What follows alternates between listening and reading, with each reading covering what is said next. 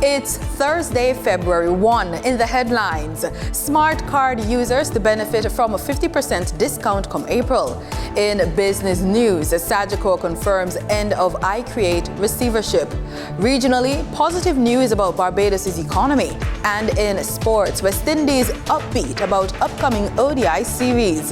This is the news on PBC Jamaica. I'm Simone Absalom Gale.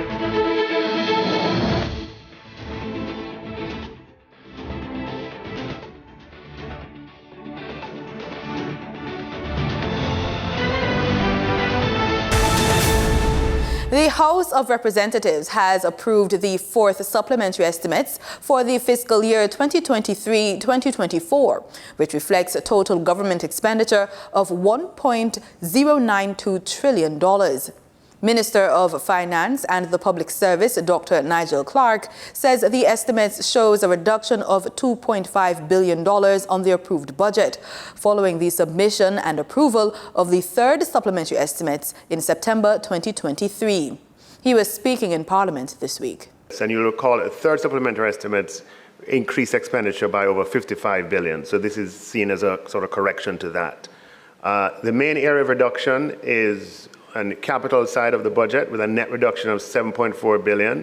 Non-debt recurrent expenditure increases by $1.9 billion and debt service by $3 billion.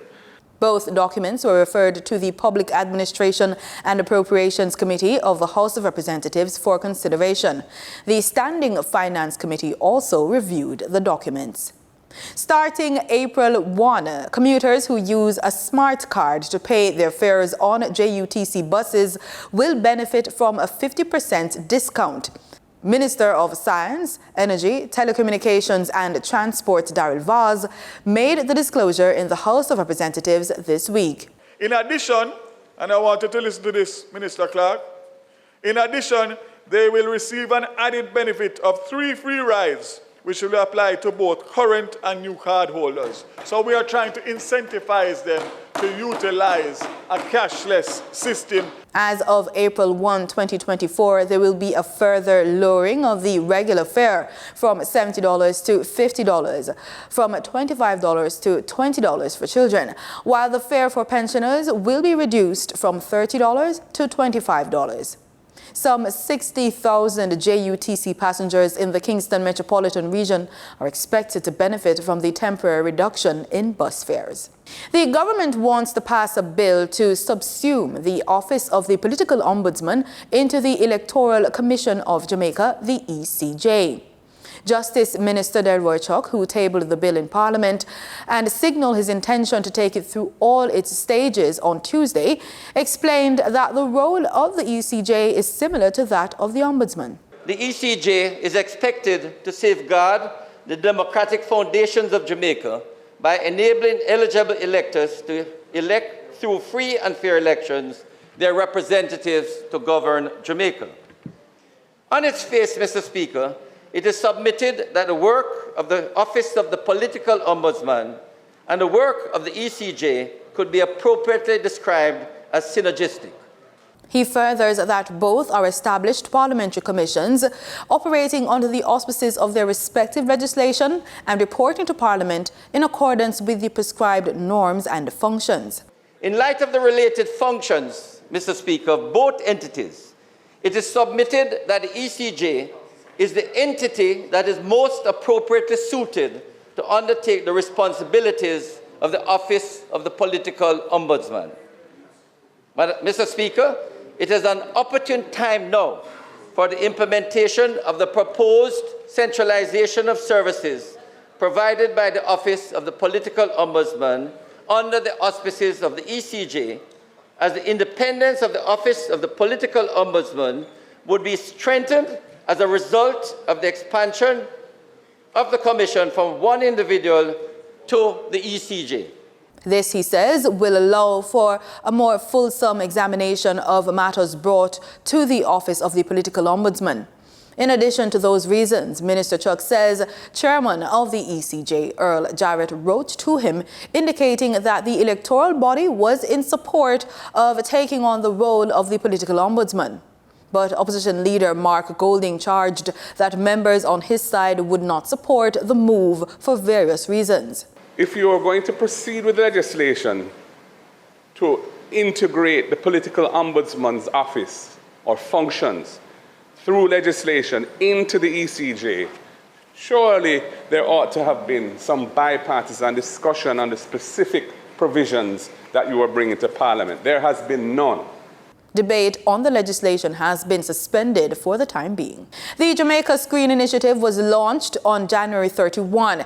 This is a financing initiative of the government of Jamaica, which aims to support and strengthen the local screen-based industries by providing a pool of funds accessible for the completion of eligible screen-based projects.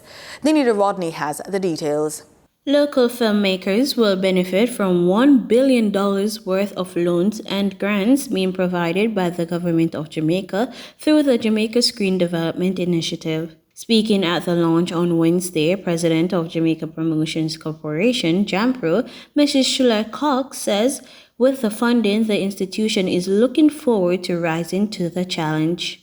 $1 billion is by no means small change. And we are very aware as an agency and as an industry that to whom much is given, much is expected. And we look forward collectively to rising to that challenge. In her overview, she says the support is not just for film-based production. The support is not just to film-based productions, but screen-based, because animation is a big part of what the Jamaican industry is calling for. She continued saying that they are looking for content that has high commercial viability locally and abroad. We want to see an industry that allows for the creation of high-quality, commercially viable content, not just for domestic markets, but for global markets. And we say commercially viable, and our industry says, but what about the stories that need to be told about Jamaican music and Jamaican art and Jamaican culture? We're going to make sure that they're a part of the commercially viable productions that come out of this industry. Reporting for the news on PBCJ, I'm Denita Rodney. Time now for the business report with Denise Williams.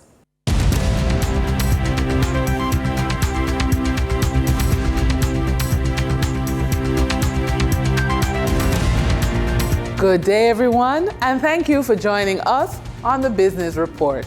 I'm Denise Williams, your guide through the latest happenings in the world of business. Sagicor has confirmed that all amounts owing from ICreate Limited to the bondholder and the trustee have been paid in full. Consequently, the ICreate receivership will be terminated. Sagicor is happy at this outcome and wishes ICreate all the best going forward. That said, earlier this month, the Jamaica Stock Exchange again suspended trading of ICreate shares on the junior market, citing that ICreate failed to comply with ongoing requirements as stipulated in Section 14A(1) of Rule 505 in the Junior Market Rulebook. Using remittance services, Victoria Mutual expands its offerings to the Canadian market. Jamaicans living in Canada now have an extra outlet to send remittances to the island, as VM Group ups the ante on this service. Courtesy of a new agreement between VM Money Transfer Services Limited and RemitB Online Money Transfer Services and Foreign Exchange Services, Jamaicans can now send remittances to their homeland through RemitB, which offers online remittance services for individuals and businesses in Canada wishing to send money to other parts of the world. The tourism sector is expected to add 14,000 construction jobs as a result of new properties and expanded properties.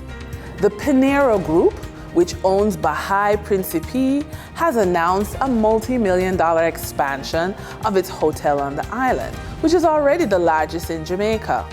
The expansion will see the addition of 2 new luxury hotels and cosmopolitan villas with a residential community, fisherman's village, PGA golf course, private schools and entertainment, dozens of swimming pools and walking trails.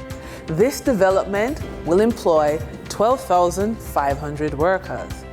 Luxury brand Secret Resorts will construct several hundred new rooms in Richmond St. Anne, employing 2,000 persons. Tourists are spending slightly more on Turks and Caicos food and beverage. Margaritaville Turks has seen a slight increase in its average spend per passenger, which increased to US $8.29 during its second quarter ended November 30, 2023. This is coming from the average spend per passenger of US $8.05 reported during the comparative period in November 2022. Revenue for the second quarter amounted to US $1.54 million, which was earned from the 185,739 passengers that cruised into the Grand Turk Cruise Center on 51 vessels. The Margaritaville Turks management is very satisfied with the improving trend and the spending rate. Operating profit for the quarter under review was US $100,000, and after adjusting for finance and non-operating costs, net profit came out at $70,000 US. During trading on January 31, 2024, the top advancing stocks covered the finance, advertising, and real estate sectors on the Jamaica Stock Exchange. Epley 7.75 shares advanced 26.94% for an increase in price of $4.87 to close at $22.95 with 695 shares traded. The Limners and Bards Limited shares, which trades as the Lab, advanced by 17.70% for a 20 cents increase in price to close at $1.33 with 175,000 shares traded. Cygnus Real Estate Finance Limited Jamaican shares advanced 12.2% for a $1.25 price increase to close at $11.50 with 253 shares traded. On the declining stocks that traders experienced on January 31, 2024, the top three losers covered the logistics, real estate, and insurance sectors. Cargo Handlers Limited declined by 12.87% for a drop in price of $1.92 to close at $13 with 128 shares traded. 138 Student Living Jamaica Limited variable preference shares declined by 6.75% for a $14.71 decline to close at $203.29 with 182 shares traded. Key Insurance Company Limited declined by 5% to shave 11 cents off its price to close at $2.09 with 23 shares traded. Over on the Twin Island Republic of Trinidad and Tobago, for January 31, 2024, trading activity on the first tier market registered a volume of 96,936 shares crossing the floor of the exchange, valued at 627,000 TT dollars. National Enterprises Limited was the volume leader with 50,530 shares changing hands for a value of 189,000 TT dollars, followed by Trinidad and Tobago NGL Limited with a volume of 20,000 shares being traded for 200,000 TT dollars. Calypso Macro Index Fund was the only active security on the mutual fund market, posting a volume of 63 shares traded at $1,428.84 TT dollars. Moving from the money moves of investors, executives, and companies, we turn to the Forex market. On January 31, 2024, the Bank of Jamaica reported that US $25.2 million was bought from Forex traders, while US $25.7 million was sold to Forex traders. Buying directly from the Bank of Jamaica, foreign currency traders sold the US dollar for $156.30 and bought US dollars for $154.72. The difference between the buy and sell rate was $1.58, which represents a profit for Forex traders for every US dollar traded. Canadian Forex traders earned a trading profit of $5.45 from transactions with the Bank of Jamaica. The Canadian dollar was sold at $119.20 and bought for $113.75. For traders looking at the British pound, they pocketed a profit of $5.92, selling it for $201.26 and buying it for $195.34. For our credit report tip of the day, career shifts may come with financial uncertainties, making it imperative to fortify your financial position. A healthy credit report can provide a safety net, offering access to favorable interest rates, better loan terms, and increased financial flexibility. This resilience is key to weathering unexpected challenges and seizing emerging prospects. And with that, we wrap up today's business report. I'm Denise Williams. Appreciate your company. Stay well informed, stay ahead of the curve. Until our next update, take care. In regional news, positive news about the Barbados economy. Central Bank Governor Dr. Kevin Greenidge is reporting growth of over 4% for 2023. He made the disclosure in his review of the island's economic performance. Crystal Hoyt has the details. Central Bank Governor Dr. Kevin Greenidge has given an overview of Barbados's performance over the last year. He said the island recorded 4.4% growth in the economy in 2023. Our debt to GDP ratio remains sustainable and continue in the right direction, falling to 115.5% of GDP.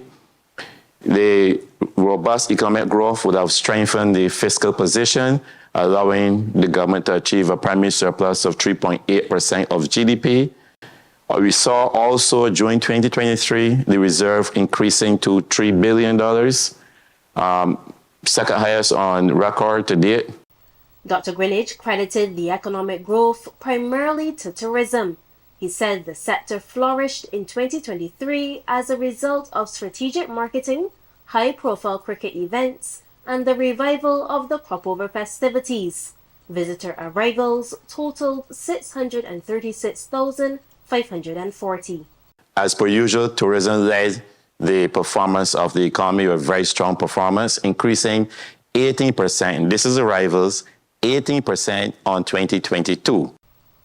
From a cruise perspective, by the end of 2023, in-transit arrivals totaled 441,667, a 76.3% increase relative to 2022. Despite the fact that tourism has seen a significant rebound and growth in comparison to 2022, it must be noted that excluding the United Kingdom, none of Barbados's source markets, like the United States, Canada, or CARICOM, has returned to pre-pandemic levels. And what is constraining factors is still remain high airline ticket prices and limited airline capacity have not yet returned, even though we saw a significant improvement in that. However, Barbados did see a substantial increase in visitor spend, marking the largest rise in travel credits since 2007, excluding 2022. International reserves surged as a result of tourism earnings and funding from international financial institutions, resulting in 31.6 weeks of import cover. But tourism was not the only sector that performed. All sectors contributed, even though within some sectors there was some mixed performance. In agriculture in particular, while food crop did an impressive performance, the extreme weather in terms of heat in particular and some inconsistency in terms of feed meant that milk, chicken, and other meats were down relative to the previous year. As it relates to inflation, there was a 0.8% increase due to local factors, like adverse weather conditions, as previously mentioned, along with one other. higher demand for dining, Barbadians continue to enjoy the strong performance of the economy. Eating out, dining out, there's increased demand for alcoholic beverages, and not sure how to interpret that.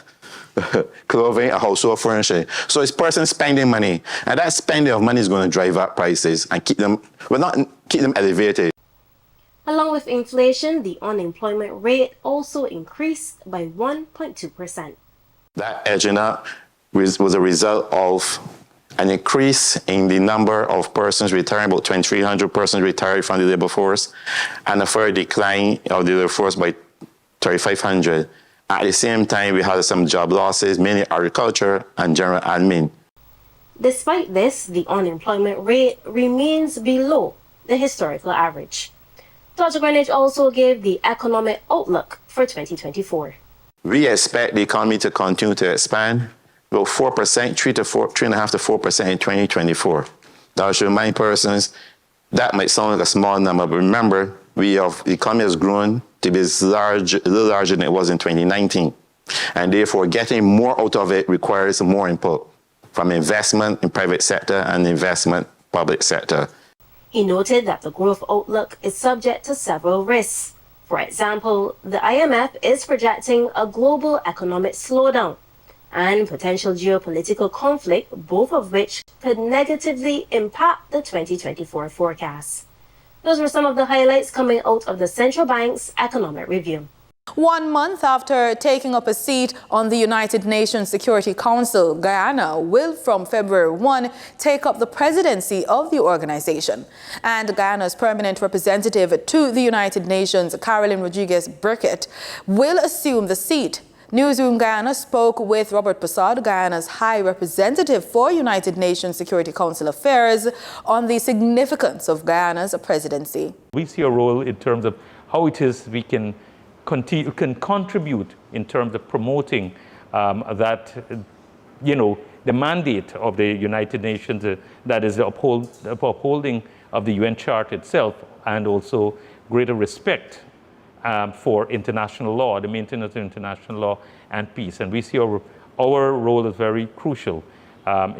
Tomorrow we will assume, that is the 1st of February, we'll assume the presidency of the United Nations Security Council, which is an onerous undertaking, because 1 month after being taken up your seat, have to go and to assume the presidency at a very crucial month where there are very important issues. But we're very prepared. Our team, our permanent representative in New York, we have a team in New York, and we also have a team in Georgetown too that is working very closely. And also we've been having a lot of technical consultation and support too by a number of states, be it United States, UK, China, Japan, just to name a few, who have reached out and have provided that support in terms of building our capacity in fulfilling our responsibility, which we take very serious. And I want to assure all those who voted for us will be proud of the work that Guyana will be doing over the next 2 years.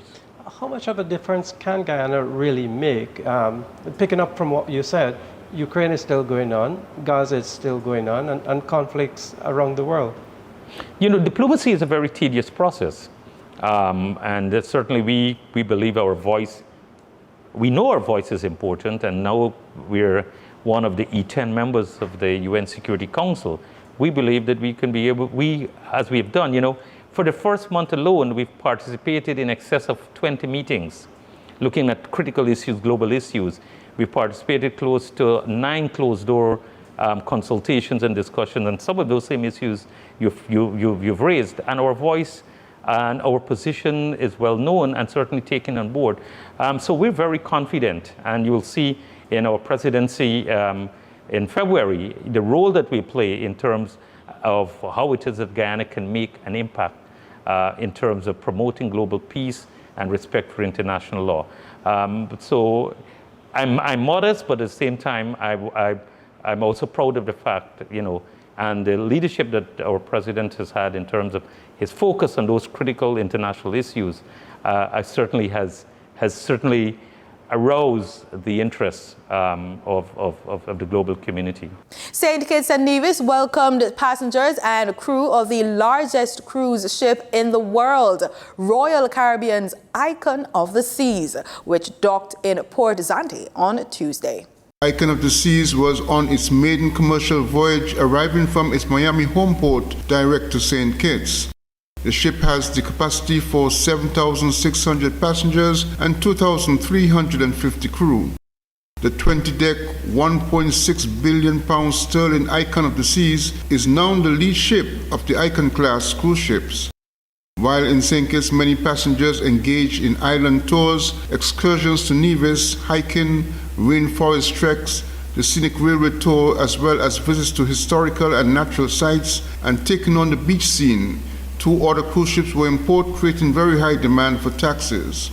The Icon, with its 40 restaurants, bars and lounges, a 6-slide water park and 28 different cabin categories, is described by some to be environmentally friendly, being the first ship in Royal Caribbean's fleet to use liquid natural gas, and is said to be 24% more fuel efficient than the Oasis-class ships.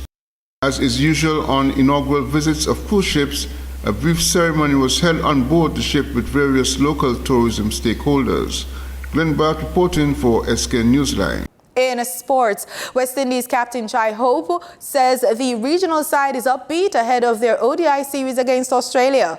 Hope also says it is a perfect chance for the Windies to gain some experience against the likes of Australia ahead of the ICC World Cup in June. Yeah, well, ideally we want to. As I said before, this is a very inspiring win that they had in the last test. It's great momentum for us. Obviously it's a different format, but it would be great signs for us to continue what happened in the last test to this ODI series.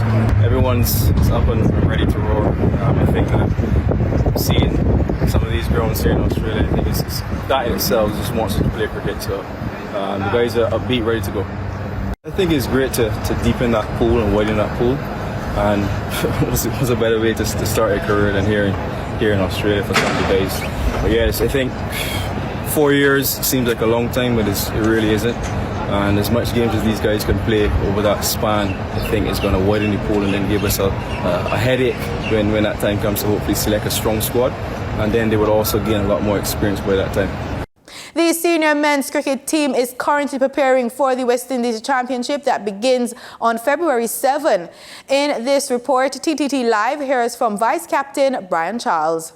The newly appointed Red Force Vice Captain is looking forward to the West Indies Championship and is happy with the team's build-up to the tournament. I think it's been pretty alright. I think we're trying to get practices on different pitches. Besides the cricket centre, yesterday we trained at Bristol, sort of a grassy wicket, and also at the oval here, just to get different conditions for the batsmen and bowlers still working. Commenting on his form, the all-rounder says he continues to put in the work to be ready come game day. I think my form is pretty good. Haven't played much games, probably a couple of games. I thought I was hitting my lengths and bowling properly in those games, so I think it's just to continue going forward for when next week comes. Charles adds being promoted to the role of Vice Captain is a challenge he accepts and is willing to perform. I think it's a good responsibility, a good opportunity for me, so I grasp it with both hands, so I'm looking to make the most of it for this season. Yeah. He says for the team to be victorious in the tournament, they need to play the consistently good cricket they are capable of. I think we just need to play good cricket for a little longer period of time, be a little more consistent. We play it in spurts, but not for as long as we should during the game, so we often apply pressure and then let up. So it's just about being more consistent and playing good cricket for a longer period of time. Charles also believes the team selected is capable of getting the job done. I think the young players, they'll add a good vibe to the team. You know, their energy and their willingness to play would obviously push the team. I think it's a good mixture of youth with experience, with some senior players as well. So I think it's a very good combination of the team. So I think we should do well going forward. Kent Fuentes, TTT Sports. And that's it for the news on PBCJ. Thank you so much for watching.